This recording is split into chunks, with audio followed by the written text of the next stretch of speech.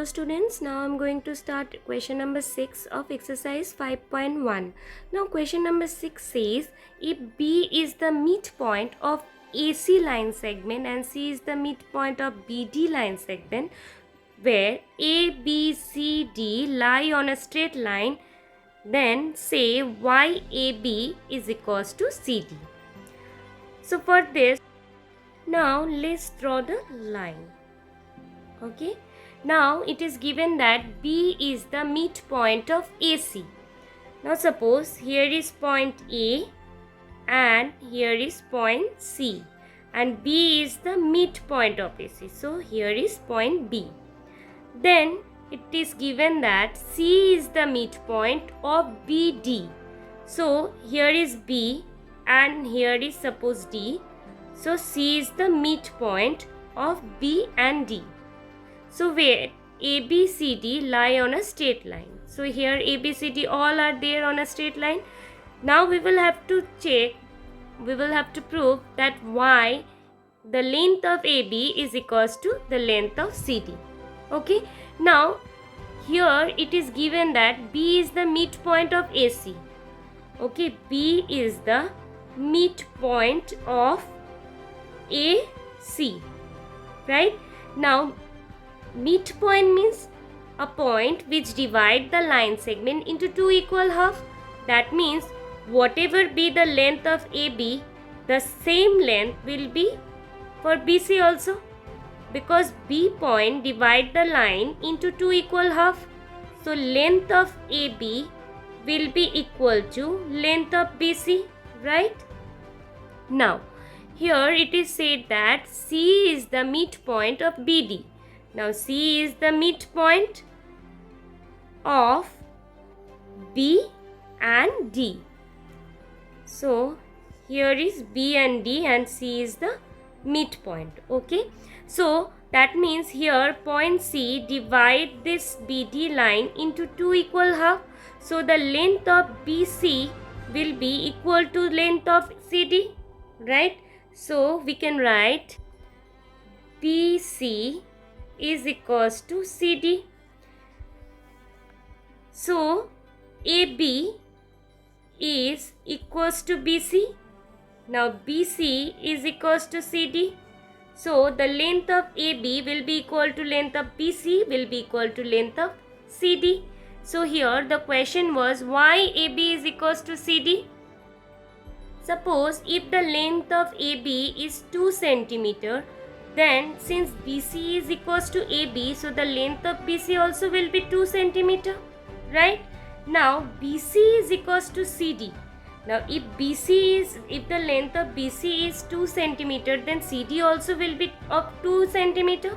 So that means the length of AB, BC, CD all will be of 2 cm.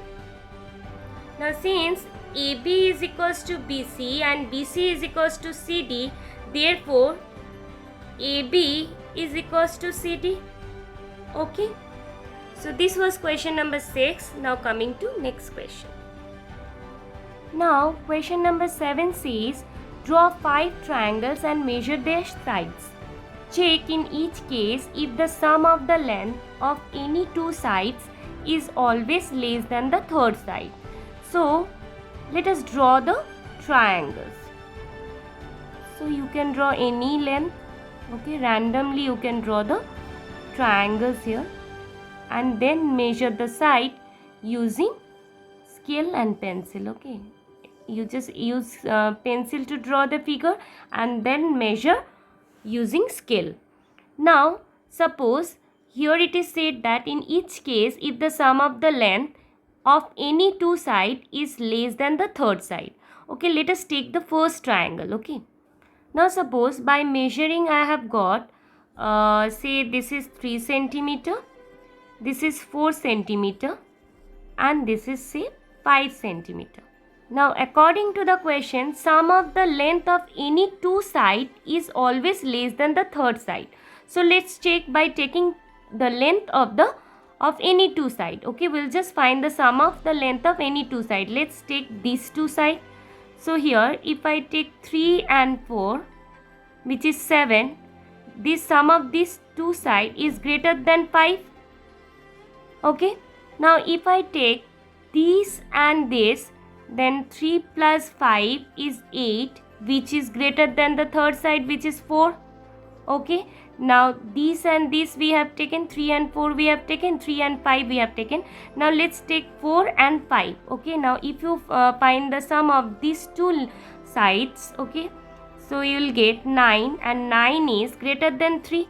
So what we have got in all the three cases, that sum of the length of the two sides is always greater than the third side to be a triangle. Okay, so if you draw 5 triangles and you measure it using scale, then after like every cases, whenever you will find the sum of the length of any two side, you always find that the sum of two side is always greater than the third side to be a triangle. Okay, so here if the sum of the length of any two side is always less than the third side, so this statement is wrong.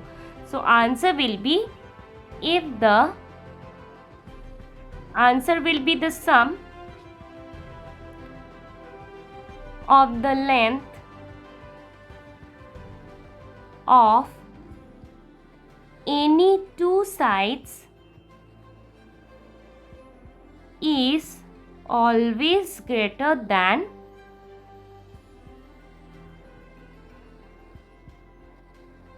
the third side to be a triangle. Okay, so this was question number 7. Thank you, students.